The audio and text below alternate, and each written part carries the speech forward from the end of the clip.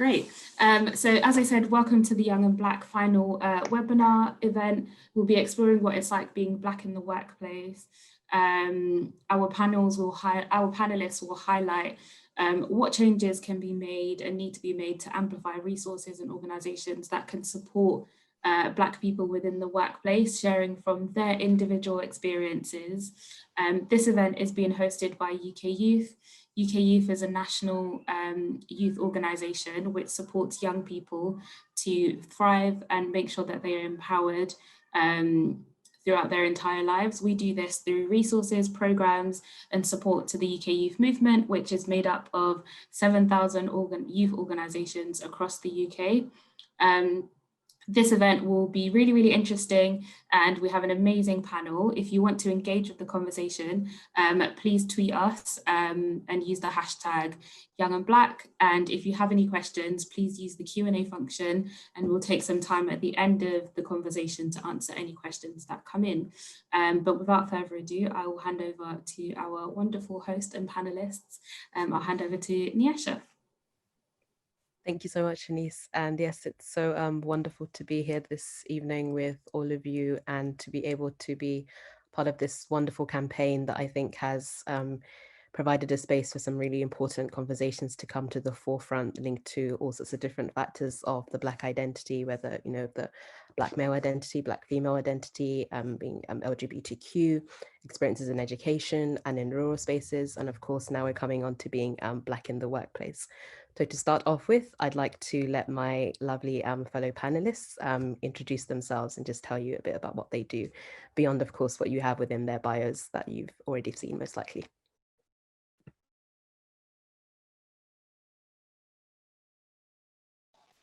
Great, so I'm happy to start. So hi everyone, I'm Louise Snack and I work at Coca-Cola European Partners. I'm a people and culture business partner, also known as an HR business partner at CCP. And I've been with the company for just almost 9 years now, doing sort of a variety of different roles. Really excited to join you guys today for this really interesting conversation.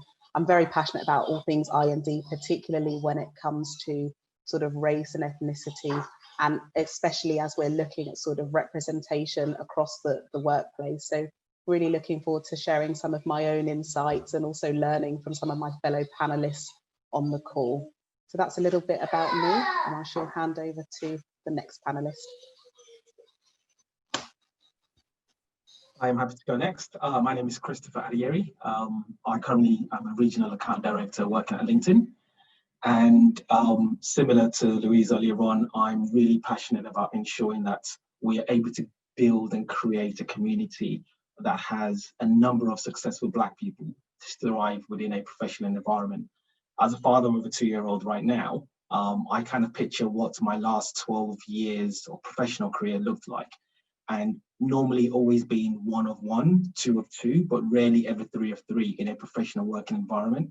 It's something that I'm hoping that today we can actually learn from each other, discuss on how we ensure our children don't grow up in a world that we've probably all experienced.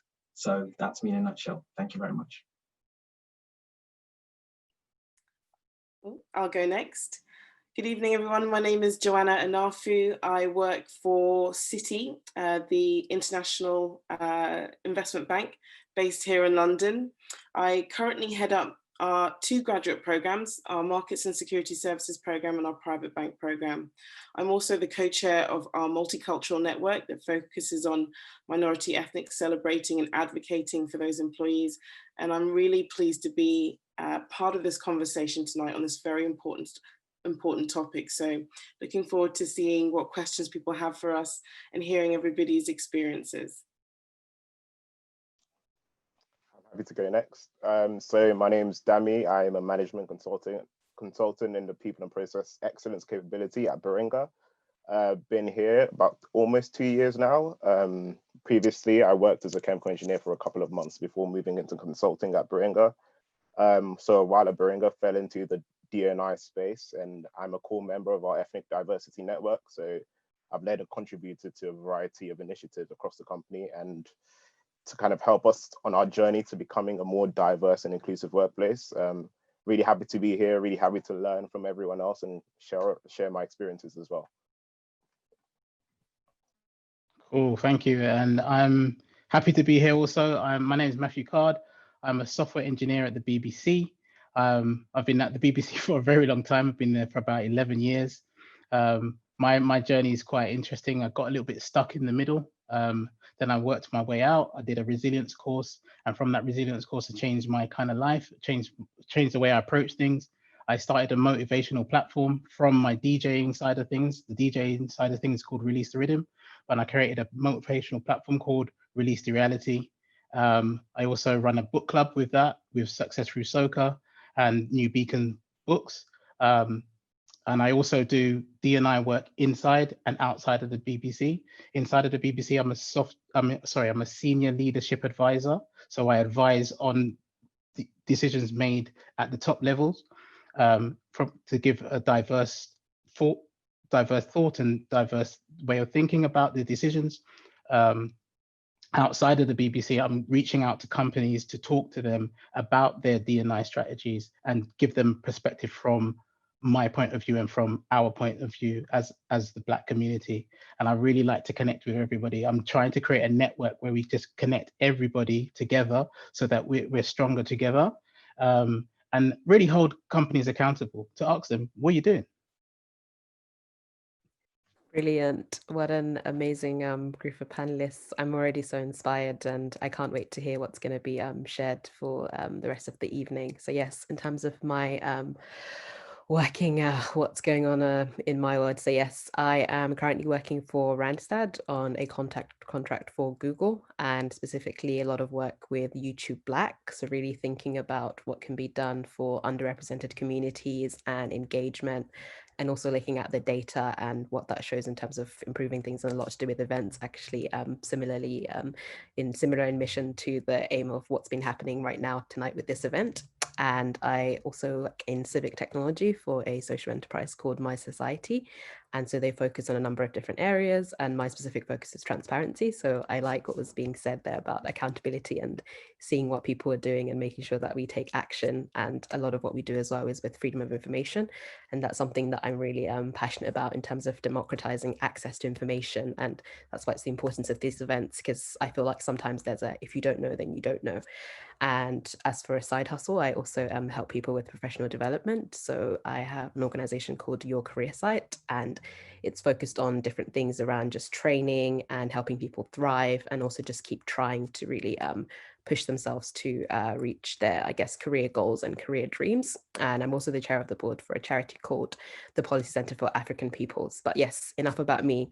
I guess as a starting point, it would be great to hear from any of our panelists, just, I guess, an overview of what your experience has been in the workplace in general. I think some of you have already alluded to like beginning and like it being an uneven path, but just, yeah, your, whether that's like touching upon the good and the bad.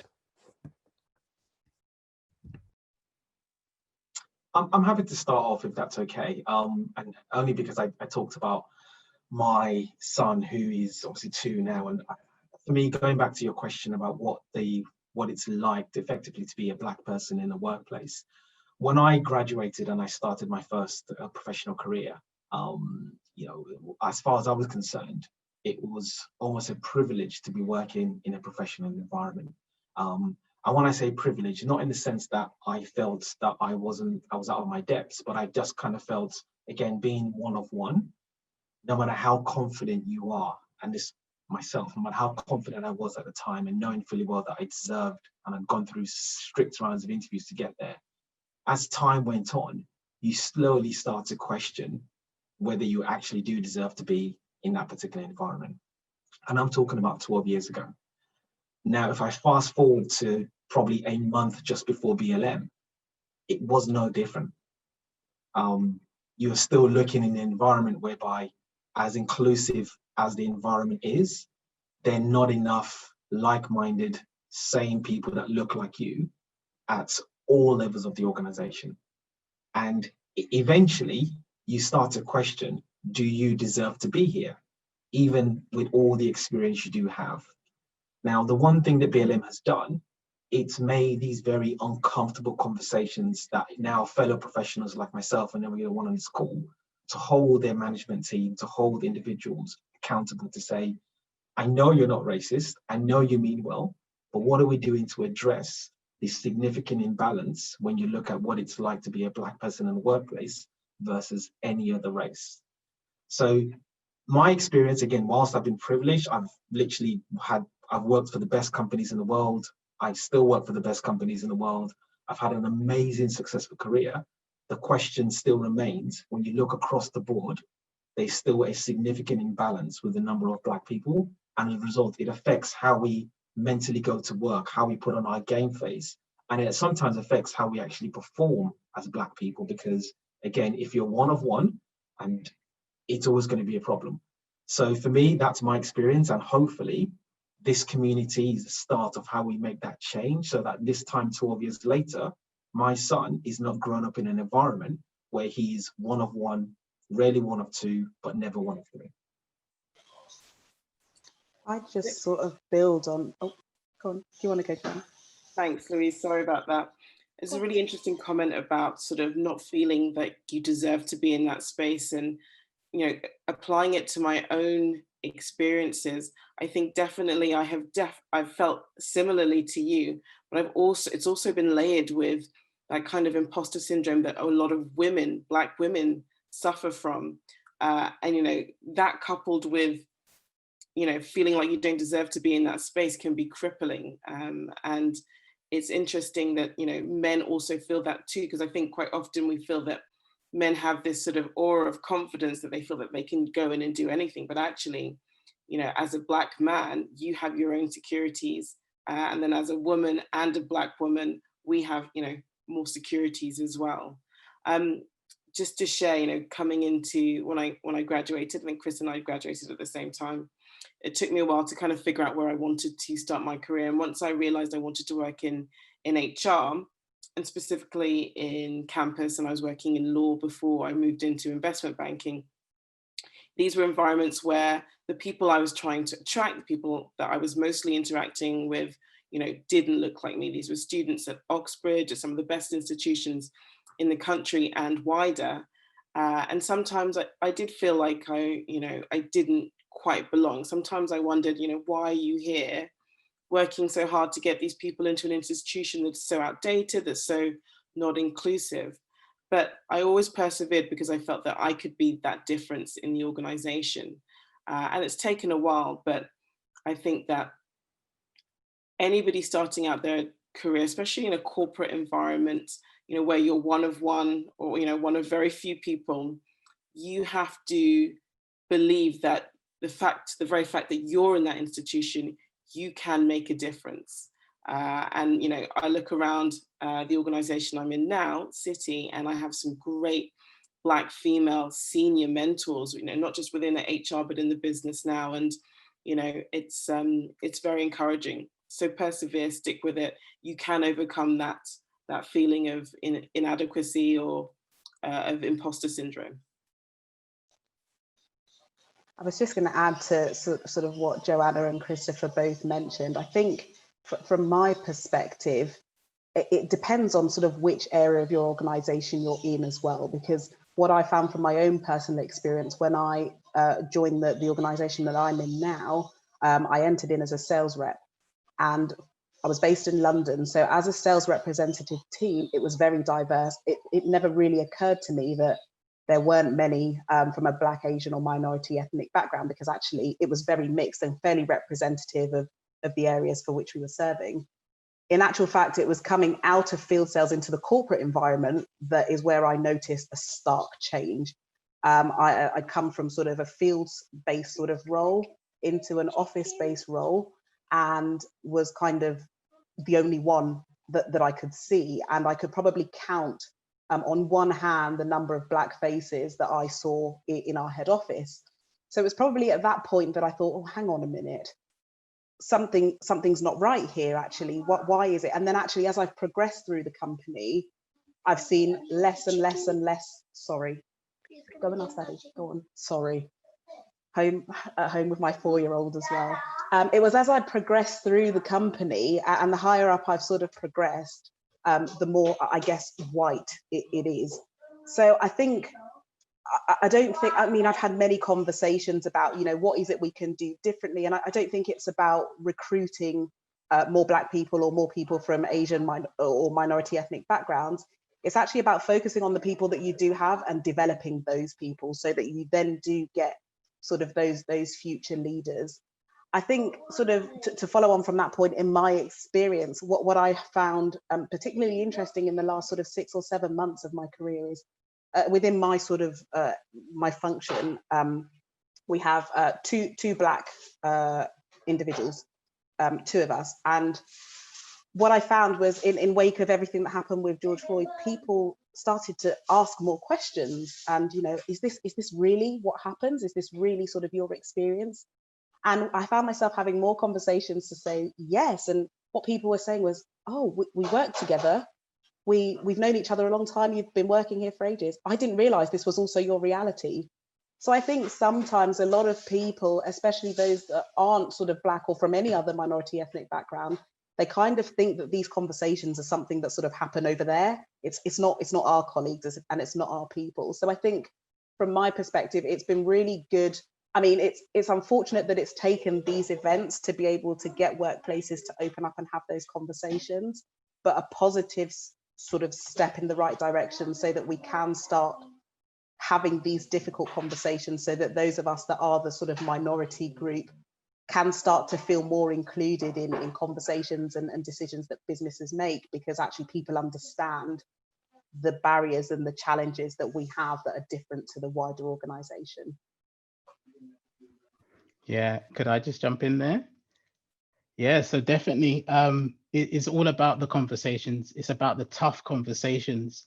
So when the same thing kind of happened with me after the George Floyd murder and the BML protests, lots of people were talking about it. Some people came to me and asked me, and I was like, and I started to do that thing that we do. Like, I never forget what happened was the first week, the first Monday back after the George Floyd incident, and someone messaged me and said, "Are you okay?"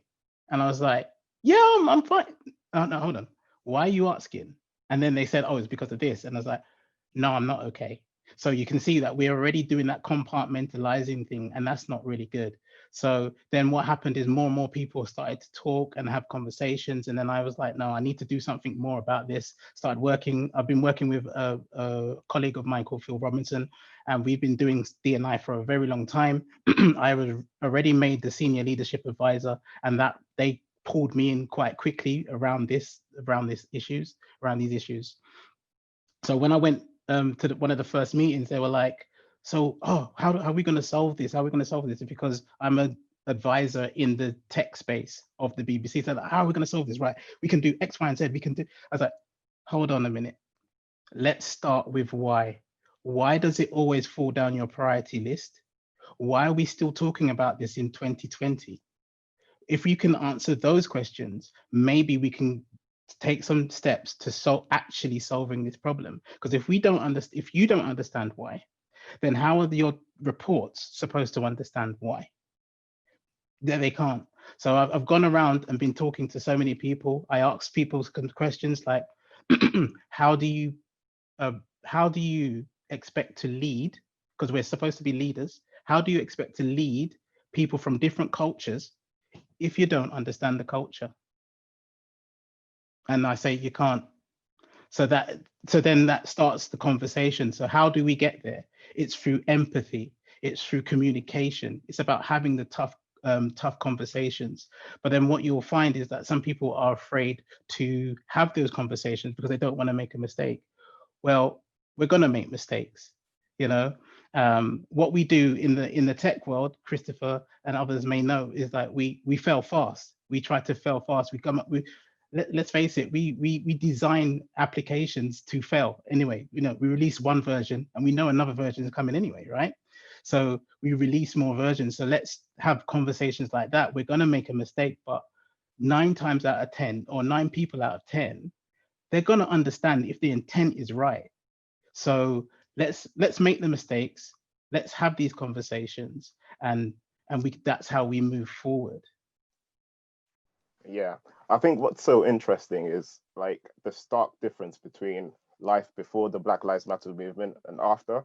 I think before there was that theme of feeling like a representation, feeling of your community, feeling like you had to conform, existing in a workplace, knowing how people in this country how people in this country perceived Black people, Black men in my case anyway, and understanding that that bias 100% exists at work, but it's an unspoken truth. No one really spoke about it.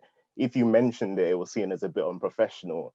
And if you experienced it, you weren't sure if it would be dealt with properly or correctly. And you've already always lost half the battle trying to explain why something is wrong to someone, because at that point, they're already feeling like your point isn't really valid.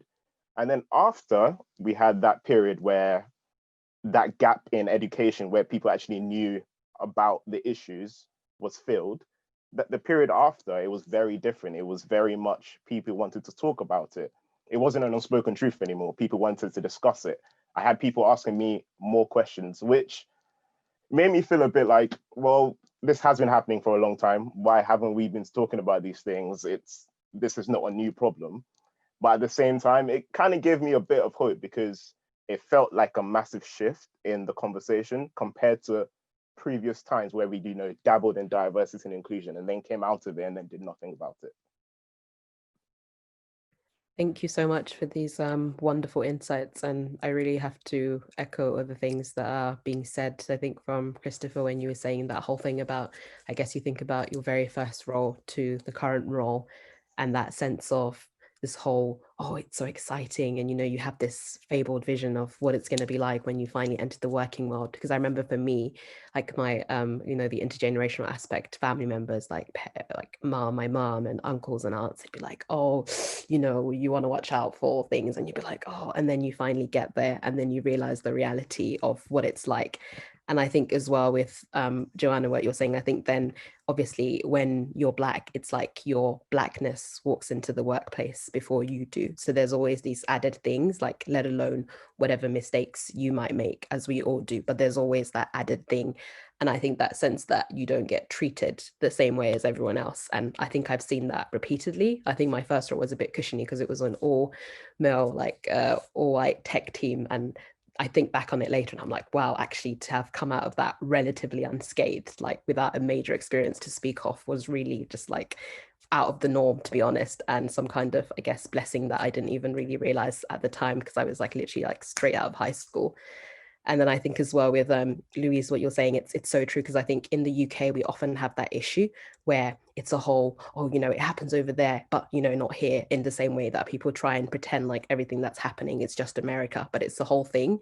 And I think sometimes the tricky thing is with having these tough conversations, as I think Matthew and Christopher, you were saying, is, with colleagues, it's like you try and say, oh, but then they're kind of, because people want to be cushioned and because it's so uncomfortable to have the reality that that might be happening in their workplace to their Black colleagues. It's like, oh, but, not here, right? Not when you're, trying to like be, and, as much as draining as that is to even speak about things.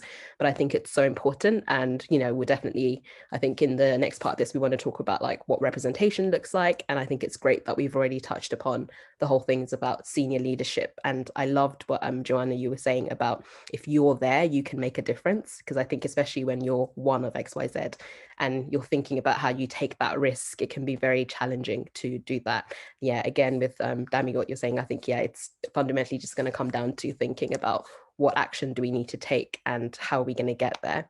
And so what else would the panelists, if any of you, have to share in terms of, I guess, maybe experiences that stood out or anything that you think was notable and was different about being Black in the workplace, that if you weren't Black, then maybe that wouldn't have happened? I think so what happened with me is as I said, I struggled for a very long time, and then I went on a resilience course. It literally changed my life.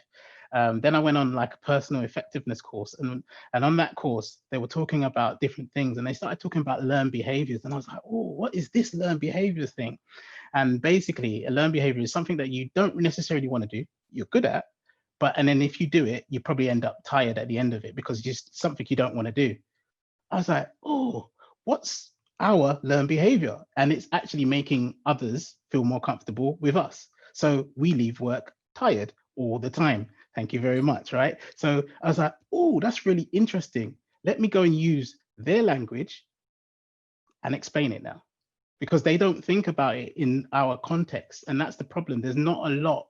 There are, but there's not widely shared, like studies and stuff like that done in our context, in our thinking, in our way, because that just made so much sense to me. And then I started to have a language to speak to people about, I started to say, you know what, it's extra cognitive load on my brain. I have to think about what I'm saying all the time.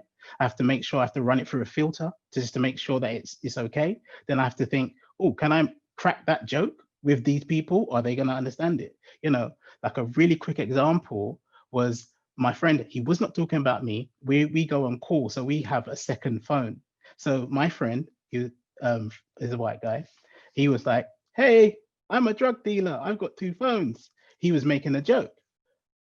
I looked at him and I was like, wow, I would never say that, because there may be someone in the room who would go, is it?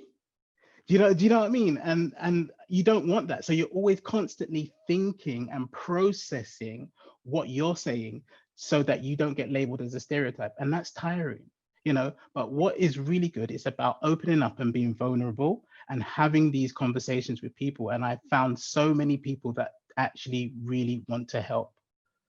Yeah, Matthew, I mean, I couldn't agree more. I mean, it makes me think about authenticity. It's very difficult for a lot of us to be our authentic selves sometimes in the workplace. And I think that, now I feel like I can be fully Joanna in the workplace. I'm wearing my hair natural. If you'd spoken to me about that 6 years ago, I would have told you I would never have done that. I would never have done it. I would have, had it in braids or whatever, but I would never have worn my hair out. But that comes with experience, it comes with age. But just coming back to sort of not being able to be your true self, I always used to have year-end meetings with a former boss who would always say, Joanne, it's very difficult for you to manage your emotions. You're a very emotive person. You wear your heart on your sleeve. And I always used to think, I don't think I'm that emotional at work, but I felt like it was a personality trait that had been sort of labeled on me as being this person that was, larger than life, even though I wouldn't necessarily say I was. I mean, I was a strong personality, but I wouldn't say I was larger than life. And in a way, you take on that that label, and you try to sort of dim yourself a little bit more to fit in with their expectations. And it is exhausting because you are not being your full self. You are not putting that energy that you would have into innovation, into your work. You're putting it into being somebody else, and it's, very detrimental. So thanks for bringing that up, Matthew. Yeah. Go. Okay. Ladies first. Go on, Louise. Thank you. No, I was just going to add, I think for me, from my perspective, I mean, as bad as it sounds, I've kind of become used to being the only Black person in the environment that I'm in, except when I'm with my family. So just to provide a bit of context behind that. So I grew up in North London. I went to primary school in London, very multicultural. Again, you would never even think, what colour am I when you're in the middle of London going to school? And then when I was 11, I got the opportunity to go to boarding school. So I actually then left London and went to boarding school in Cambridge. And that was probably the first time that I thought, oh my God, I'm not the same colour as everybody else. I was in a school of about 600 students, and the only Black girl in my year group of 150 odd students. And I remained the only Black girl right up until sixth form. And it was just very fascinating because all of a sudden, I had to find a way to adapt to this environment that I was now in that was totally different. And, when you're younger, you kind of do things to fit in. But from my perspective, what was important to me was to always remember where I came from. So although I was born and bred in London, my family are from Ghana, very traditional. And for me, that's what's helped. I see your hands up there. That's what's really helped me to remain grounded. And actually, that is what has driven me through everything that I've done pretty much since I left school. So in all the roles that I've had, when I worked in retail, again, it was mixed, but it depended on sort of where I was working. So when I was living in Oxford, it wasn't mixed, but then when I moved to London, it was. And then I kind of used the example of moving into my first sort of official grown-up real job at Coca-Cola, where again, I didn't really feel that I was different until I moved into the corporate environment, into the head office. And I think for me, as difficult as it is, you kind of just condition yourself to accept that this is it. So how are we going to make this better? So what I've done and what I've always done is been true to myself. So I celebrate my culture.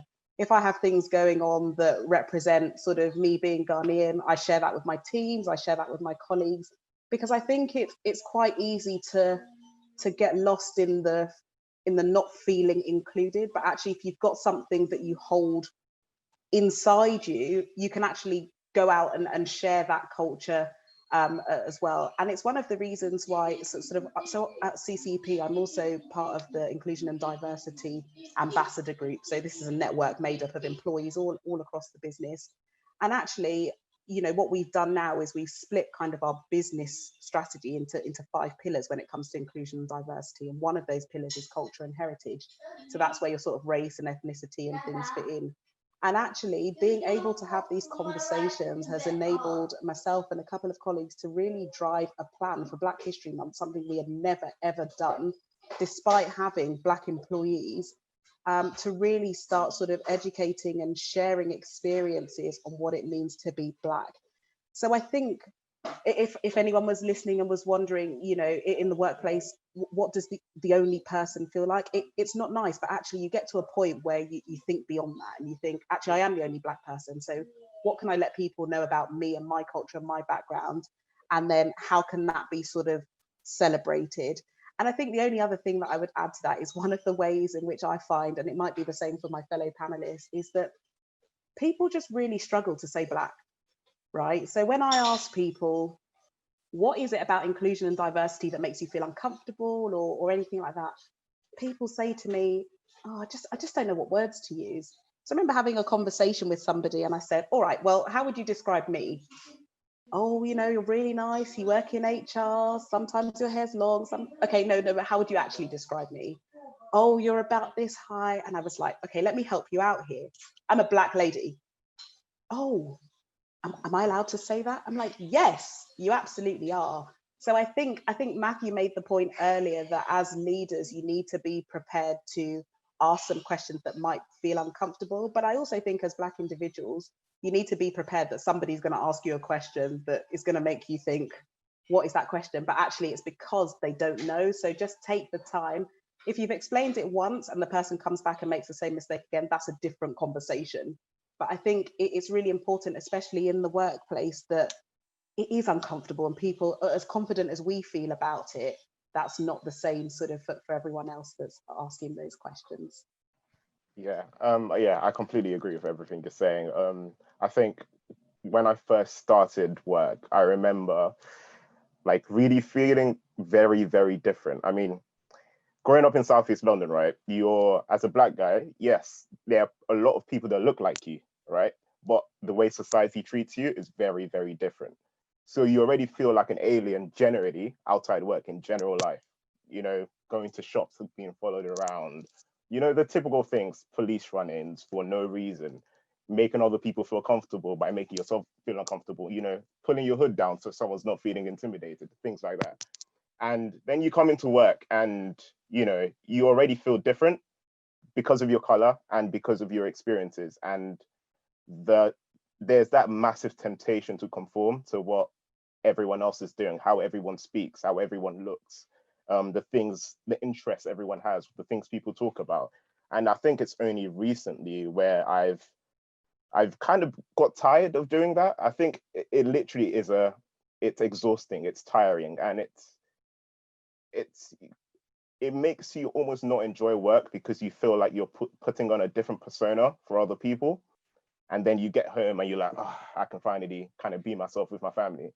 And I don't think work should be like that. I think everyone should feel like they can come to work, be the person that they are without regrets, and do the job that they do well, because that energy that they've previously spent hiding who they are is actually being used for something more productive.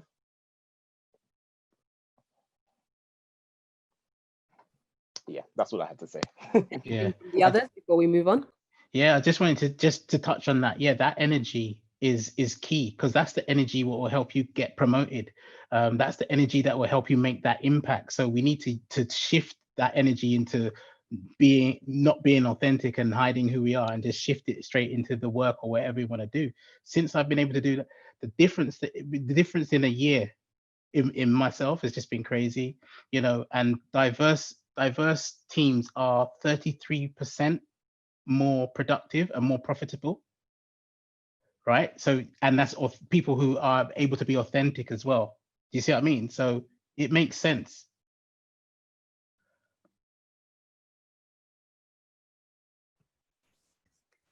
I think that there's so many important things that have been touched upon just now. And again, I think we'll be talking about, I guess, more thinking of representation in the workplaces. So I think it's good to touch upon the whole, you know, Black History Month, because obviously you don't want that tentpole moment that you only do things at a certain time and the rest of the year it's like nothing to be heard. But then I think at the same time, when organizations don't take the opportunity, you know, whether it's Pride Month, sometimes I ask them like, oh, don't you think you could do something and speak up and just, you know, because that, you know, like solidarity and supporting that representation really matters. And I think, you know, there's a real running theme here, and a lot of what is being said that I can really, you know, like completely empathize with. I think just how tiring it is, because you always have to be positive. And with all the things that are going on, it's like, you know, you need to counteract angry Black women. And I think, Joanna, when you were saying as well about the whole thinking about how things are going to be interpreted, and Matthew, a bit of that as well, like how your behavior is going to be interpreted, things that things that other people can say, but you definitely can't say. And just that whole thing about what is the acceptable version of like a Black person that, you know, you can like present in the workplace. I think there's that great Famalam sketch, you know, when he does the whole Charlene, and oh, fantastic. You guys should watch that if you haven't checked it out. But I think it's so draining. And I think one of my biggest regrets from like a mental health perspective is I didn't know about things like access to work and other things. And I really wish that I had just, you know, like gotten that support, you know, when you're eligible, and just getting it sooner, because I think especially as Black people in the workplace, you really need that added thing, because you're having to do your role, but then you're also having to juggle all of that, protecting sometimes even managers' feelings. I've even found myself in some cases very sadly having to protect the person who's in charge of pastoral care's feelings, because they're like, oh, and I'm like, and it's like just that whole thing of, you know, you have to like carry all of that burden. And I think when you get to that space where you're able to really bring your full self to work, it's just such a huge moment, but unfortunately often too rare. And I think so there's things like, I guess, unconscious bias and implicit bias, and things that need to be done to make work more positive, as you're saying, Dami, because obviously we can't just continue going in this same way and having all this added weight that we do. And obviously Black people are adding so much value to the workplace and bring such important, unique perspectives. But even beyond that, just intrinsically, just because we are full human beings and, you know, not subhuman as we're often seen, I think it's not even just about, oh, wow, you can help us to, you know, be more diverse and do this. It's just, you know what, you're a human being and you're worth it. You're great. That's it. That's enough. You don't need to do anything added. But what would you guys say? And we have some interesting questions that maybe we'll get to touch upon in the Q&A about what organizations can do in terms of representation and how things need to shift, whether it's doing things around BHM, whether it's thinking about recruitment, and also, I guess, not making it solely fall on like the person who's doing diversity and inclusion work, as I think, Matthew, you had said. Yes, one of the things I would say, and it does kind of bring in the last question to this question. And what I'm about to say might sound very, very controversial, because I've said this to my personal close friends and I've had mixed reviews, but I'm quite comfortable to share with you guys right now. My personal experience of this is, whilst we shouldn't be the ones carrying that burden as a minority, I do feel from personal experience, we ourselves need to go through a very strong educational process to be able to be ready to answer those very difficult and challenging conversations that we do have. So if I was to go back, and I think Matthew touched on it earlier on, if I was to go back to what happened when BLM happened, my first reaction was none. I didn't have a reaction to it, because for me, it was just another Black person who had died at the hands of a police officer. And this is something that happens every single day. So it only probably took about 2 or 3 weeks when I had my non-Black friends kept on bringing up, okay, well, what's happened here? Now I understand how people feel. And then I started to pay more attention to the media then I started to say, actually, what's wrong with me? Why am I so desensitized to what's happened? So if I was to go back to how organizations, how, I suppose, representation of minorities in organizations right now, what companies are doing, personally, I've had to educate myself first. The buck starts with me. And it's not an education because I need to now educate myself to go and educate my so-called allies, but it's an education to understand, okay, what role can I actually play? And how comfortable would I be personally with pushing back on discussions whereby my company comes to me and says, we want you to spearhead a diversity and inclusion program. Now, if I haven't educated myself on how to handle those conversations, I just end up falling into that vicious cycle because I might lead it, but again, it might just be something I lead for a month and then it drops by the wayside because it hasn't got the complete buy-in from the real stakeholders who would actually push this through. So by educating myself to a sense that whereby I can get my organization to understand, yes, I might be part of this, but I'm educating you as a leadership team to say, these are the different facets you need to look at. These are the needed organizations. And potentially, as a Black person, I might not be the best person to actually spearhead this because I might be a privileged Black person who has had a privileged life. So therefore, I'm not properly representing the type of sort of racial discriminations, the suppressions that what you would call an average Black person might have experienced. If I've never experienced stop and search, there's no way in this world I can explain to an organization what a stop and search feels like for a Black person. If I've never been racially abused at work, there's no way I'm going to be the right person to lead a D&I panel for people who have had that experience. So that's what I mean about what I'm about to say was controversial, because I do think the education does start with us, but in a positive way, in the sense that it's not our job to potentially educate our allies, but ultimately it's our job to educate ourselves, to put ourselves in a position that we can help have those difficult and uncomfortable conversations. Yeah, definitely. Can I just jump in there? Agree totally with what you said. I almost had the same thing. I just sat back and because I don't really watch the news too much because I like to control my mornings. I believe about the mornings, and I believe in just making sure you start the day right. So I don't watch the news in the morning. I might pick it up later on in the day. But I had the kind of same response, and then I was like, no, I have to get involved because I've got a 15-month son, and I was like, I need to do something. And it was so good that I was a senior leadership advisor already. So, and what I do and the motivational side of it as well, this is why the motivation, because I did the course on resilience and I realized, whoa, I lost a lot of confidence here. So I need to build that up. And then I was like, so do other people. So let me try to help. As soon as I hear or learn something, I want everybody to know it. That's what I do. That's me. I'm a people person. I learned my skills. My skill is in people, right? So what I keep saying and what I keep posting is that we need to be mentally and physically fit for the conversations that are coming and that are here. Just like what Christopher is saying, that I couldn't have done this if I wasn't had my mind right. So we have to go and educate ourselves. This is why I started the book club, is because I started reading. Hey, we all need to start reading. So trying to get more people to read, trying to motivate everybody, that's what it's about. So then, in the workplace, we need to think about, and I think everybody has touched on this here, we need to think about, as someone said, it's not always about hiring, because sometimes the hiring is going okay, but there's a drop off. Because some people get hired and then they don't take the job because they look at the company like, I don't really want to work here because I don't know what it's going to be like. I can't see anybody who looks like me. And then some people come in and then they have a good time and then a bad time, right? Quite quickly. We need to work. And as my colleague says, Phil Robertson, he says, we need to work on the induction. And it's not about the induction of just getting the laptop and saying, here you go. It's not that. It's about being inducted into the cultures and into the subcultures and into the little nuances of the cultures as well, because those are the things what really make it stick, and you need to get past that point. So what we're saying now is the company needs to be on probation for 30 days. Not the person, the company. We need to do a good job. We need to do a better job and keep it rolling every 30 days. How are we doing? Have we done enough? It's just that. And at the top, we need to make it our top priority, or they need to make it their top priority.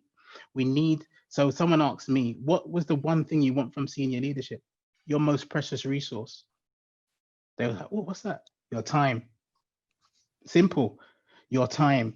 You know, that was one thing. And then one thing that because I've been reading Atomic Habits. I think it's a really good book. Everybody should just read that, Atomic Habits. And they talk about making small incremental changes that over time will just compound, like it's like compound interest. It's like compound positivity. So that's what I've been trying to preach and talk about at work. This is my last point before I let someone else speak. One of the things that I've said is to widen your circles, widen your friendship circles. It's 2020. There's no reason why you shouldn't know anybody from other cultures. You can follow them on Instagram, Twitter, and don't just follow one person, follow different people, and then don't tell me you've got, oh, I've got a black friend or something like that, because I bet you that person is going to have the same social economic status as you. So that's not going to be, you're not going to get a wide variation of things. But what we have now said is, some people don't like to make new friends. Okay, I get that. Widen your circle. Do it away from your friends, but widen your circles to strengthen your core set of friends. You see what I mean? That's why I'll leave it there, Louise. So yeah. I'm sorry, I just wanted to very quickly say, Matthew, if you could add the name of the resilience course that you took. Somebody's very interested. It's Pearl. And Caroline was just saying that she really agrees with the importance of induction. And Marion was saying that in her workplace, they're integrating, like, I guess, Black culture and different things and history every month and not just October. Brilliant. And please definitely let us know how you did it, Marion. And yes, for Louise, I'd love if, you know, with what you're going to share on this as well, just so we can move into the next topic before the Q&A. If you also tell us about what you think these workplaces can be doing to make places more like embracing and supportive of like employees, like Black employees, and also I guess if thinking about diversity groups work and that sort of thing. So sorry, thank you. Sure. So I think the point around induction is so important. I mean, you get people come in, and I think I referenced it earlier. You get people come in into roles, and it's great, and then they seem to just can't get off the floor into those higher level roles. So I think you need to be able to develop those people that are coming in so that they can get off the floor and they can get into sort of those roles as they move throughout the organization. One of the other things I was going to say is that as difficult as it is, we know that in most of the organization, the leadership isn't diverse. So as difficult as it sounds, we as Black colleagues or we as Black individuals can drive this, but ultimately we need to get the leadership brought in because they are the ones that effectively are making the decisions. If a leader wants to block something, then it doesn't matter how much passion you put in or how much you want to give it or how honest you're going to be, it's not going to go anywhere. So I think the way in which you do that is exactly what Matthew said around leaders need to dedicate their time. Let's dedicate our time to listen. Let's listen and hear what's being said. And rather than saying, oh yeah, I know what you mean, just take it in and then work with your Black colleagues or whatever diversity group you're working with to really put some actions in place. And it can be small things. I think some of the mistakes that sometimes happen is we look at inclusion and diversity as this massive thing to take on, but actually it isn't. It's very small. And in actual fact, if you break it down into smaller chunks, it's much more manageable to deal with. I think, Nyasha, one of your questions was around how effective do I think sort of groups are within diversity groups? Or just any of the other means that workplaces have for just making sure that the workplace is a more inclusive environment for Black employees.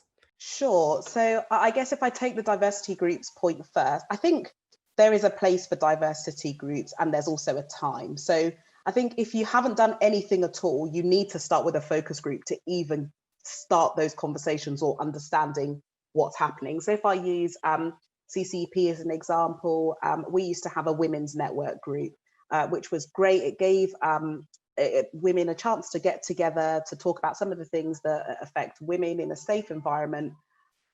But the intention was never for it to be specifically for women. But the way in which the group was structured, I think that it got to a point where some months down the line, men felt excluded. So then we kind of looked at, all right, what can we do from an inclusion perspective to make everyone feel included? And then we thought, hang on, why don't we just start an inclusion network, which we did, which was the Just Be Ambassador network that I mentioned before. So in that example, you've gone from something very specific to a wider network where you can start to sort of talk about all things inclusion and diversity, which I think works really well. I think where I look at where we are now, if I take Black employees for an example, one of the core parts of our sort of strategy is about culture and heritage. So it's about race, ethnicity, faith, all those kinds of things will fit into that one pillar. But if you're trying to tackle this issue with representation or anything specific to Black employees, you need to be able to have a focus group to even start that conversation, because there's no way you can work on a strategy if you don't have a group of people that are actually telling you what some of those challenges and barriers are. So I think in this present time, where we are specifically from a Black perspective, I think individual networks are good to make Black people, one, feel comfortable to actually open up and start having the conversation with people that are like them. And then for that information then to be fed in wider and then perhaps opened up wider for further discussion. I remember having a conversation with a couple of colleagues just around, do we want a BAME network? I mean, it's a word I don't use, but it's just to represent what I'm saying. And one of the conversations we had was actually the issues that we face as Black people is very different to the issues that an Asian person will feel. So at this stage, you cannot have a whole group if you are trying to target specifically the Black employees.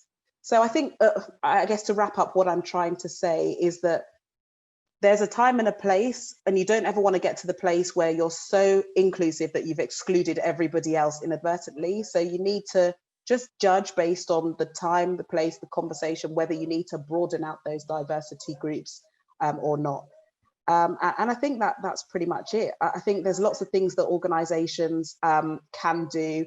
I definitely think listening sessions is a wonderful idea. So if you've got leaders that are going to make the time to listen, do that, and then take some action points and actually deliver on some of those action points. I think we're beyond the point now where we say we're going to do something and then actually some other priority comes in. We need to actually ensure that we're holding our companies accountable to what they say they're going to deliver. So I'll stop there. If I could just add, I'd be very interested to know what our panel thinks about targets. And I bring up targets because about 6 years ago, City as an organisation signed up to the Gender Equalities Act. We report on the gender pay difference, we report on how many females that we're hiring into the industry. And that was transformational for how we look at, you know, attracting, recruiting and retaining female talent. It was very transformational. Everything that we were doing, especially in my space, in the campus recruitment world, was very much through the lens of gender ratios. How many females are we bringing in? And it's made a difference. If we put a same target on minority ethnic recruitment, would that make a difference? I'd be interested to know what people think, because I feel that in my industry, which is very targets driven, numbers driven, if we put a number on it, then we will strive to achieve it. And I do believe that bringing more people in will help us, you know, 5-10 years down the line at that mid-management level and potentially at that senior level in the future. But it has to sort of start at the grassroots level. What do people think about that? Should we have targets, aspirational or actual hard numbers? Yeah, I think targets are really important.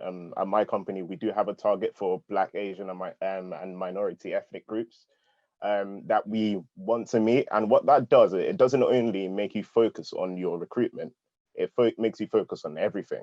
So how you end up retaining people, how you develop your minority workforce as well.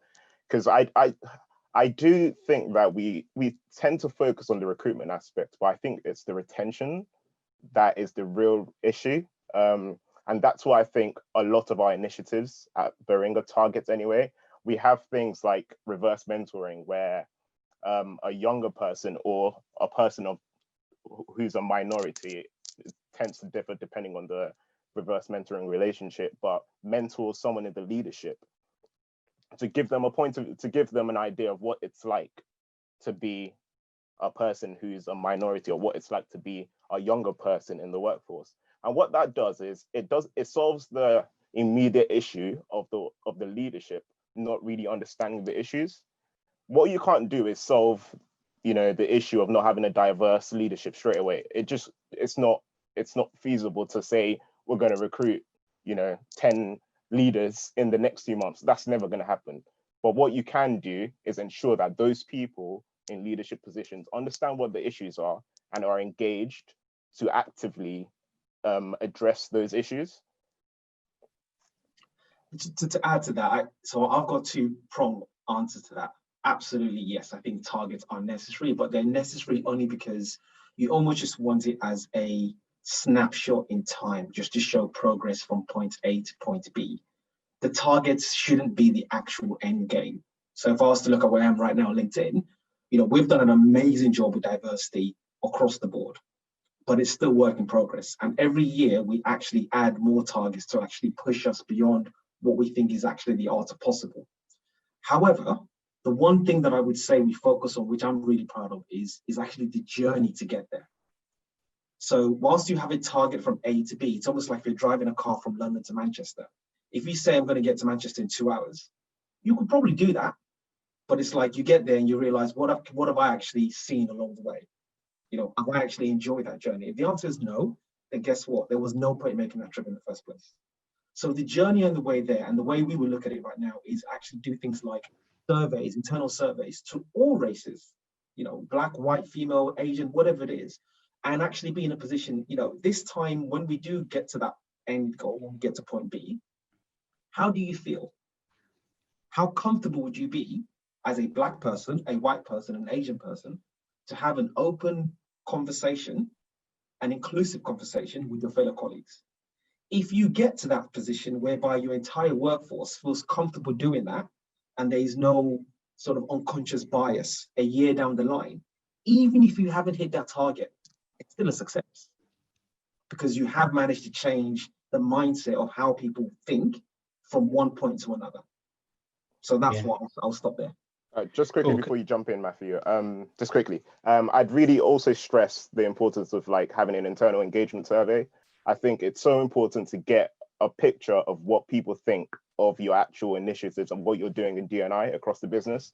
When Black Lives Matter, when the spotlight was on Black Lives Matter, we had internal surveys, which kind of allowed us to understand that people weren't happy, or allowed us to understand what people's feelings were towards the situation and how much work as a company we were doing towards D&I. And when you see those numbers and when you see the actual facts in front of you, it really drives engagement, because people think, well, I don't want all these people at my company to be unhappy. So I want to get involved. I want to be part of the solution. And that really helps drive towards the end goal, as you were saying, Christopher. Yeah, I just be real quick. I'm really happy that everybody's saying the same thing. And all I'm sitting here just nodding like this is really great. The way we talk about it is we say the numbers are transactional and the other side is relational. So we said, who needs to set the transactional stuff? And that's management, leadership. They're in charge of the transaction, set the numbers, but we, as in the whole company, are in charge of the relational. And that's what Christopher is saying. If we get to the place where we have if we had one black person in the BBC, but that one black person felt like they could go straight to the top with no hindrance, we've done a good job, right? That's what we want. We want to get rid of this diversity and inclusion. We want to decommission this role, right? We want to get rid of this role. As my friend always says, we want to go to the bookshop and look for a book on diversity and don't have to go to that section. We just want to go to A, B, or C and pick up a book, and it's diversity because it's just ingrained, it's systemic. We want to make a systemic transformation. I'll just leave it there. Marion was just saying that she agrees, Christopher, and also presumably with Matthew as well, then if we're all in agreement, not that we shouldn't have disagreement, and also that she's saying that she thinks it comes across as a tick box exercise.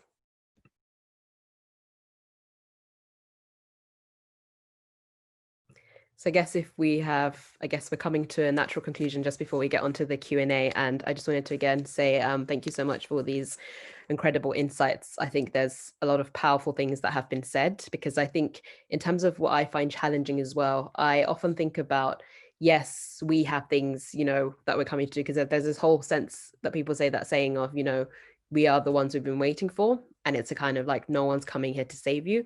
So on one hand, yes, it's good to think about what companies and what organizations should be doing, but then we also have that power for ourselves to think more positively. And I guess, you know, how being Black in the workplace like shapes your identity even further. Because I know for me, there's so many, you know, challenging experiences. Like I remember, you know, like, you know, I'm sure everyone has maybe even worse experiences, but like being called the N-word in the workplace, and just like, you know, like all the bullying and just aggression and, you know, all these things. And you just think, you know, what did I do to deserve that? But then of course, I really loved what Luis, you were saying about bringing your culture and kind of celebrating. And, you know, whenever I say that, I'm like, you know, but I love being Black. Like there's, you know, nothing in the world that I would trade for being Black. Like I'm proud, and like it's a joy in spite of everything. And, you know, that whole thing of like celebrating and bringing your full self and like your culture, that reminded me of what my aunt says, where I think she left a workplace and then she like played this like really traditional rural song from Zimbabwe, which is where I was born. And that really powerful thing, like it can be quite out there, like you bring all these disparate bits and sometimes things that you might feel like ashamed of or you might want to hide, but actually really bringing that to the forefront and leaning into that power, I think is just, you know, really, really important and wonderful.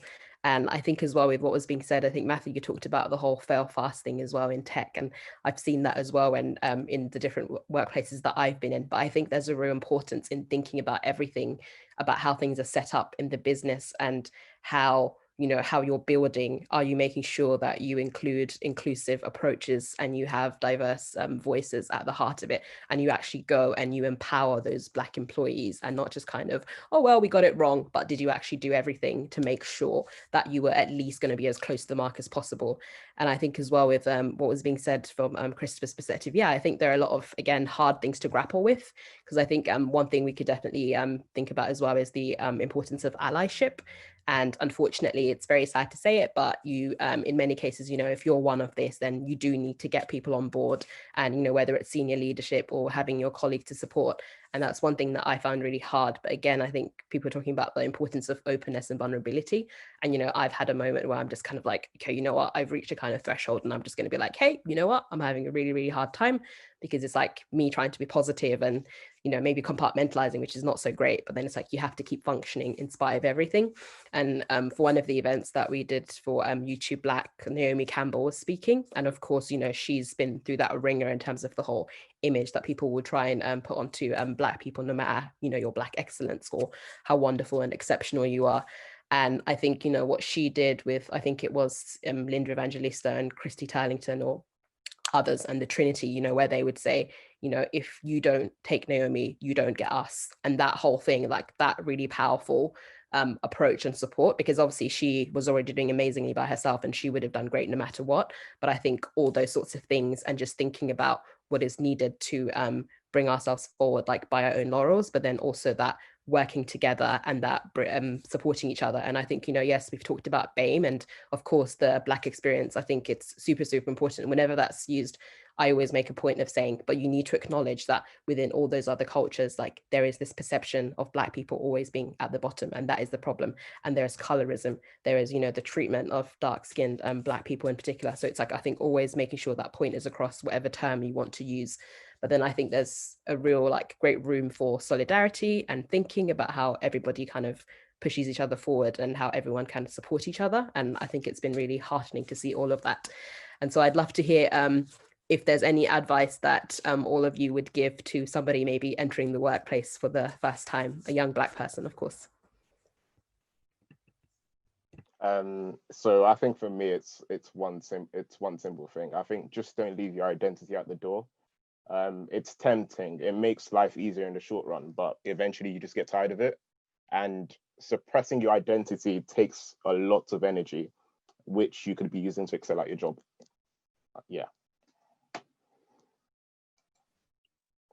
I would just add to that, you know, if you have been selected and offered this role, then believe that you deserve to be in that space, you know, because people think long and hard about who they offer jobs to. It's not easy recruiting. It costs a lot of money to to firms to bring in hires, and organizations don't like making mistakes when it comes to hiring. So if you have been given an opportunity, you deserve to be there, embrace it, and don't be afraid of the opportunity. I'd probably just say, to add to both of those wonderful bits of advice, where you can, just try and find people like you, connect with people like you. It doesn't have to be a leader. If there aren't any leaders, it doesn't have to be someone in your team, but very rarely will you be the only Black person in the whole organization. So network and just try and build your network to include people that are like you, because then there will be times that if you do want to just share something with a colleague that will just understand, then at least you've got that safe space to be able to do that in. I would plus one to everything that's just been said. But be bold, be confident, back yourself. Like you said, Joanne, if you're there, you've gone through a rigorous interview process to get that job, and they're not stupid. They didn't hire you, let's be honest, they didn't hire you because of the color of your skin. They've hired you because you were probably good to get in the door.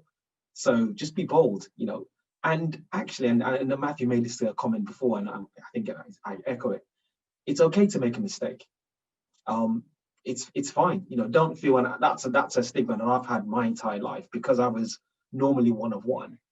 I'm actually too fearful to take that intelligent risk, and that's one of our sort of values at LinkedIn. It's like, take intelligent risk. Well, let's be honest, the intelligent risk that people take is what gets people to the front. When America decided to send a man to the moon, they didn't know how they were going to get there, but they just said to themselves, we'll put a man at the moon before the end of this decade. And that was it. So they took all the risks they could, but take intelligent risk, be bold, and back yourself. Yeah, so to touch on that, everybody said, I'm just gonna write everything down and then use it again, but fail fast, fail early, fail often, but don't fail stupid. I think that's what you're saying, right? Don't fail stupid, right? Just make sure you do the due diligence. So my ones are as well is self-belief, like everybody said, make sure you have that self-belief, make sure you work on self-care, resilience, because you need to look after yourself. You can't do this in this climate, especially working from home in lockdown, winter months coming, if you're not resilient. So work on that self-care, all of that. Keep working on yourself.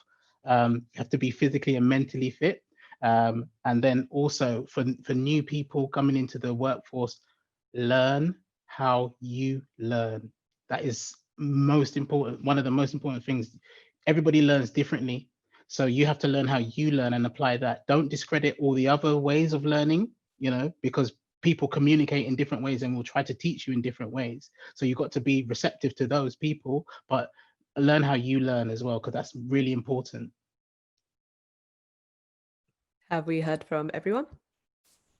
Yes, wonderful. So yes, very, very quickly for this one, literally just very like in a couple of words. But yes, if you have, I guess, you're a consultant and you're being paid a very generous fee, of course, and you're telling people what needs to be done for ensuring that Black people have equality in the workplace, I would love to hear that from you guys.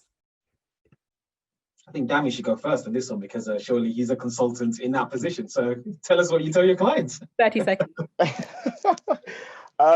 Yeah, so I just say engage your leaders, do unconscious bias training. A lot of the inequality comes from hidden biases. So exposing them early and dealing with them on an individual level definitely goes a long way. Review your recruitment processes. Constantly check what people actually think about your efforts within your organization. And yeah, take advantage of opportunities to learn and celebrate culture. Yeah. So I threw you under the bus there, my bad. The only thing I'll add to that is literally just, as a company, take regular surveys. Do a pulse check every single opportunity, because that's the only way you get a true litmus test as to how people feel about your business. Yeah, just the same thing that everybody said.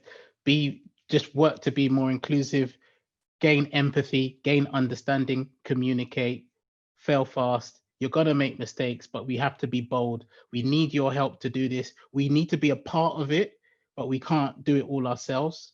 We need everybody to be a part of this, because it's not just our problem, it's a world problem.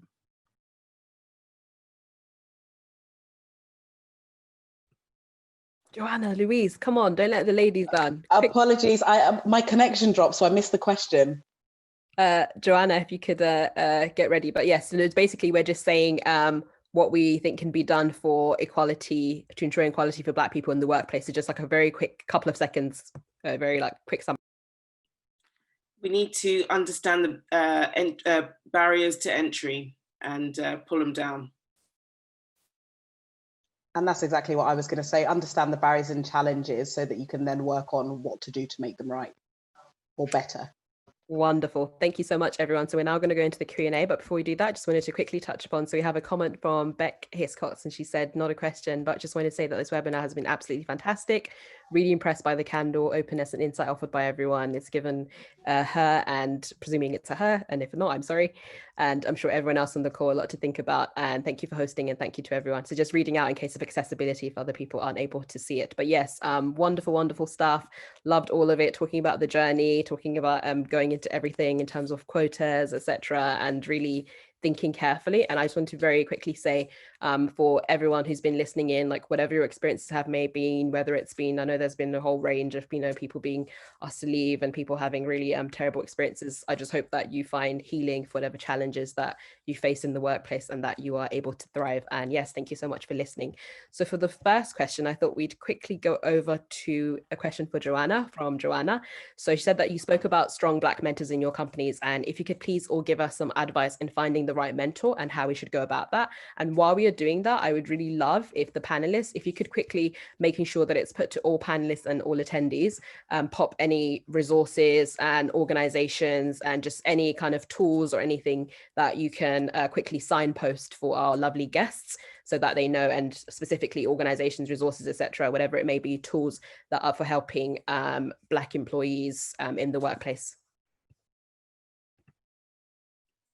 Thanks. I would just say, look, for me, I observed somebody that I thought I wanted to be like, somebody who I aspired to, somebody whose career I got to know about in my organization, someone who I had seen, you know, basically being a female boss in her job.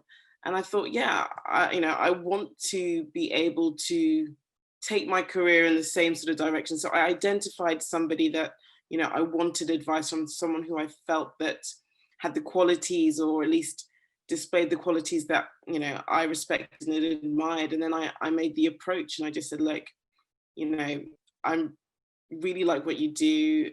You know, I'm serious about my career. I want advice from someone who looks like me and, you know, is similar to me. And I would really appreciate the support. So identify somebody who you admire, make the approach. Most people want to help you, so don't be shy.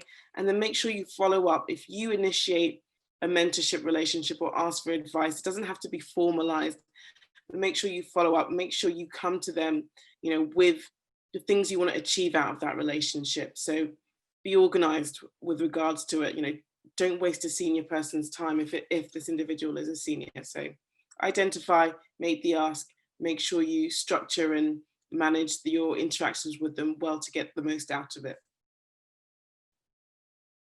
Thank you so much, Joanna. And we'll go on to a question from Rhoda. She said that her company's on the trend of doing something about diversity and inclusion, getting off the back of recent events in America. She's invited to and attended a regional pilot program, blah, blah, blah, blah, blah, blah, blah, blah, blah. I'll just quickly hop onto the question. So as the only Black female in a role, how can she continue to approach heading this team, to the team heading Many White, and making sure that they're taking it in the right direction? And as someone who doesn't have much experience in diversity and inclusion beyond her own personal experience.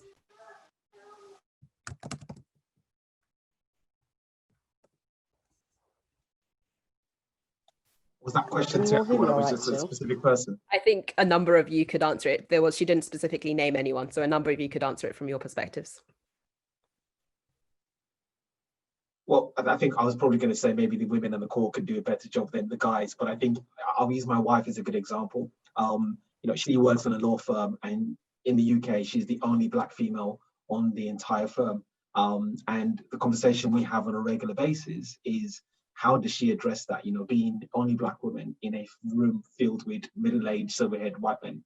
And the one thing I keep saying to us, what I said earlier on, is you kind of just have to be bold. And I appreciate sometimes there could be a fine line between saying you're bold, but then you don't want to get that stereotypical view of being the angry Black woman in the room.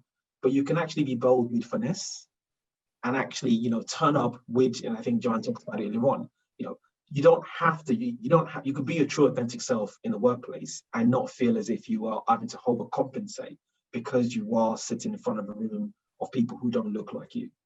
Have your ideas, be bold about it, and don't worry if it's got shut down. Don't have that stigma that you feel if your idea is shut down. It doesn't always necessarily mean your idea has been shut down because of the color of your skin. But if you approach it in a very professional, finesse way, 9 out of 10 times, they will listen to you. But also it goes back to what I said earlier on. Sometimes if I was to put myself in her shoes, I would work on how I educate myself to be in a better position that I do end up not feeling as if I am, I am not considered to have my ideas at the table. So I don't know if that answers the question, but I'll just say, yeah, be bold and just be open and be yourself. Absolutely, I would agree with Christopher. And as a woman and as a Black woman, you have a lot to offer this particular committee or advisory board. I think, as he said, you have to finesse it. I think you approach them and say, look, I don't have a D&I background, but I'm a Black woman. I have a lot of life experience in this, and perhaps I could be of service or help to this group by, running some of your suggestions and ideas by them, especially if they don't have a Black female on this group. I mean, I'm surprised that they haven't asked you already to support in whichever way you can, but you make the approach, and trust me, it'll look bad for them to say no. So, be confident, go for it. Just some additional comments. We had a message from Hannah. She was saying, not a question, but just saying that the importance of mentors, and it's a real issue in organizations without diverse leaders, because she was saying, the whole, you can't be what you can't see. And then Hazel had said earlier in relation to quotas, making some very fair points, because I think it's good to measure things. But she was saying, if you get it as opposed to something like that, as opposed to suitability for the job, it can lead to feeling disempowered and you want a job for ability. And I would definitely agree with that. But then I think sometimes we have to remember there's a sense of people saying that meritocracy being judged a certain way. But if the people who are doing the recruiting, if there was more diversity there, then there would be a higher likelihood of them being able to see, I guess, and to judge people from different backgrounds in different ways. So I think there's a lot that goes deep into it. I would also just add to that people use this as and I hate to say it as an excuse, but a justification for not using targets. But there are a lot of white people who have got their jobs not on merit. And we don't talk about that. We never suggest, because there's no targets on white people, that everyone there got their job on merit. Not everybody did. Not everybody does, unfortunately. So I don't think we can say, oh, because I'm hired as part of a target, I'm going to feel like I don't belong there, or disempowered or disenfranchised in some way. I don't think that is fair. And I think that, even if you have come in through a quota, great, get in there and, mix it up, change the status quo, make people understand that actually for you to be there, to be brilliant and to be doing well and to be thriving as an organization, you had to come through that target. It's not a bad thing. People need to stop being afraid of that. I also think no one's saying hire you because you're Black. I think people are saying widen your pool, actually engage and interview more people of diverse backgrounds. And if you so happen to be the person that has the skills for that job, you'd get the job. It's not because you're Black, but it's because you're qualified. Wonderful. Yes, agree with a lot of that. So just another comment from Marian, who was saying, thank you for a great webinar. It's been inspirational and insightful. Yes, exactly, Marian. We love being Black. And to answer your earlier point about how it used to be seen in a negative way, I think there's a lot to say there in terms of the importance of language. But I think that, we're really making the course and making the case, and ultimately it's up to us to define Blackness and how we view ourselves and how we see ourselves, and it being something positive, as Louise was saying earlier. So I'd love if we could combine these two questions from Amber. So she said, what steps, is just for anyone, could business leaders take to move away from viewing underrepresentation as something which is purely the responsibility of EDI leads or champions, and who often will then have additional burdens that they're dealing with? And if we could combine it as well, if there's be any advice to management consultancy firms who think that the cause of underrepresentation is the responsibilities of, for example, universities, or maybe trying to attribute it elsewhere. I'm happy to answer. Can you all hear me all right? Not sure if you can hear me. My connection's... Yes, we can. Oh, perfect. Sorry.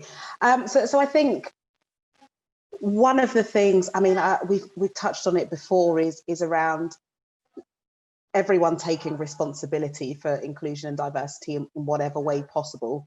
I think will help. It shouldn't just be the role of the inclusion and diversity person or the people. It should be for everybody. I think one of the things that leaders can do is make sure that inclusion and diversity is built into the business strategy. So if there's something that can be done from the top, it's that, so that you can then start to work on the culture of incorporating that into everything that we do. Nyasha, I missed the last part of sort of the question. Are you able just to repeat it for me, please? Of course, yes. So it's really thinking about what can we do when there are, especially maybe the bigger firms, whether it's management consultancy or others, and they talk about underrepresentation and try and, I guess, portion the responsibility onto someone else, whether it might be universities or other places. Yeah, and similar to what I said, it's a combined effort, right? It's not the sole responsibility of the school, of the university. It's really for the organization as well to make sure that they are representative of the brands or of the workforce or the customers that they serve. I think you can put things in place to target specific groups. So if you are missing, I don't know, apprentices, then obviously you would target some of your approach to that. But I think to put the pressure on the universities and the schools itself is quite difficult, because actually somebody could come out with stellar grades or have had the best degree or the best education, and actually they can't progress into the workplace that they're in. So I think it's got to be a combined effort. And I think, as I said, if you build inclusion and diversity into your strategy, and then, you know, what we touched on earlier around putting some targets on how you're actually going to get from point A to point B, it then helps that conversation rather than solve the issue of getting more representation. Wonderful. Matthew mentioned there's the business case for diversity has already been made. It's been made for years. Diversity will impact your bottom line. So if senior leadership doesn't see the value in it, I'm not really sure if there's anything, anyone can do to help them. So, you have to make the business case. It's out there. The McKinsey report from about almost a decade ago has already, shown us the impact it can have. So, if your senior leadership is struggling to get on board, you have to show them the business case. I would just add to that, absolutely, I couldn't agree more with what Louise and Joanna said right now. If I was to put myself in a position in Dami's shoes where I was a management consultant to go in and advise a business on how they can work or improve their diverse initiatives, the first question I would ask them is, actually, what do you want the workforce to look like in the future? And if they can't give me an answer to that question, then actually there's no point starting the conversation. Because ultimately, if it's not embedded into their strategy, and it then becomes a box ticking exercise, and 9 out of 10 times, if it's a box ticking exercise, you never really get to the root of the problem. And the only way to get the leadership to buy into it is if it's embedded in their strategy, and they work all the way through from back to front and say, okay, this is how we want to get from A to B. Wonderful. And if Dami, there was a specific call for you to add anything from your perspective of management consultancy and so on. Sorry, I missed that. So there was a specific, I don't know if you're able to see the questions, but there was a bit where they were asking you to talk about your, I guess, perspective from management consultancy. But no worries, no pressure, not putting you on the spot. We've already been bad enough to you today. No, I can't see the question. If there's anything else to, but yeah, I guess there's a final one that I can see at least. Oh yes, wonderful comment. So I put a longer one from Taknia. I'm sorry if I'm pronouncing your name wrong. And Leah's just saying that it's been a very powerful webinar and thank you to everyone. And I think Caroline's question works quite well. So she was asking about, I guess, apprenticeships, which again is, I don't think we had time to talk about, but another great route. And if panelists have any links with like secondary schools for like young people and motivational talks. And I feel like that one would be a good one if any of the panelists, like if there's a way, like I know, Matthew, you've already put your email and that's great. Or if there's just any way of connecting, I know for me, LinkedIn is quite great, which Christopher, I'm sure you'll be happy to hear. But yes, I think that could work quite well if it was, you know, anything in terms of just going into those spaces and being able to really empower and uplift the next generation. But yes, I feel like that would be the best one for that one. If there's any, and Caroline, if you want to connect with any of us, then you can, like, if you have any suggestions or anywhere that you feel would be helpful for us to look into. But yeah, any final bits? So we are just over time now.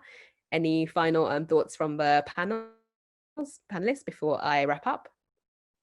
Just to say, it's been really, from my perspective, really, really insightful to be able to share, but also to learn from the rest of the panel. So thank you all, and to you guys that are listening. You know, if you ever do need advice, or you know, you just want to have a chat, then the doors are always open. Just reach out.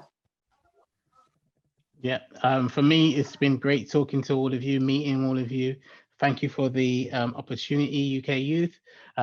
We will be talking, all of us. So I'm going to get everybody together, and we're just going to talk. We need to connect, create DNI kind of working force for the whole of the country, to just put people into check, and then get the other people on the other side into check as well. Just ask them, what you're doing, please let me know.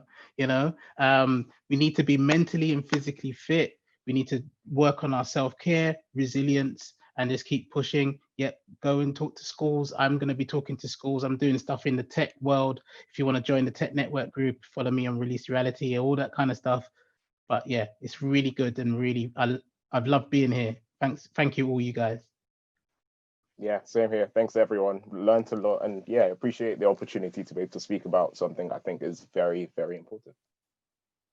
Yeah, just want to echo that. Thank you to UK Youth for putting this together. It's been an absolute fascinating session, and yeah, looking forward to meeting up with the panelists and discussing how we can actually take this further.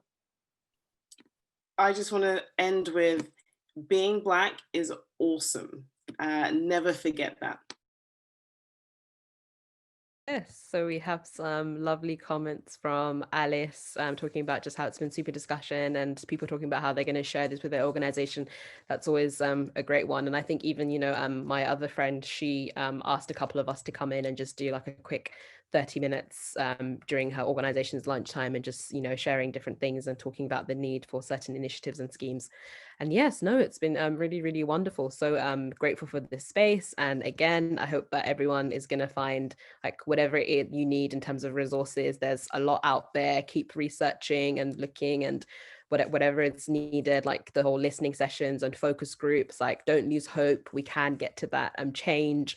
And I think, you know, touching upon his own, what Christopher said about that whole journey and like what success looks like in different ways, and just whatever small thing it is, maybe it's just starting with those internal engagement surveys and just making sure that we're doing like whatever it takes in terms of those small steps to start leading to that positive and progressive change. Thank you. And thank you, UK. Thank you. And of course, Shanice, yes, all wonderful people. Thank you so much. I just want to say a huge thank you to our amazing panel. The conversation today has been so rich and honest, and I think there's been so many tangible things that people can take away, start implementing in their organization, start questioning, and start really embedding that change. So thank you all for an honest and open conversation. I just wanted to say, if you want to continue the conversation, please use the hashtag Young and Black on all social media platforms. If you want to re-watch the recording, share the recording with colleagues, friends, family. This will be up on all of our social media platforms tomorrow morning. This is the final installment in the Young and Black webinar series. So I just wanted to say a huge thank you to all of our panelists.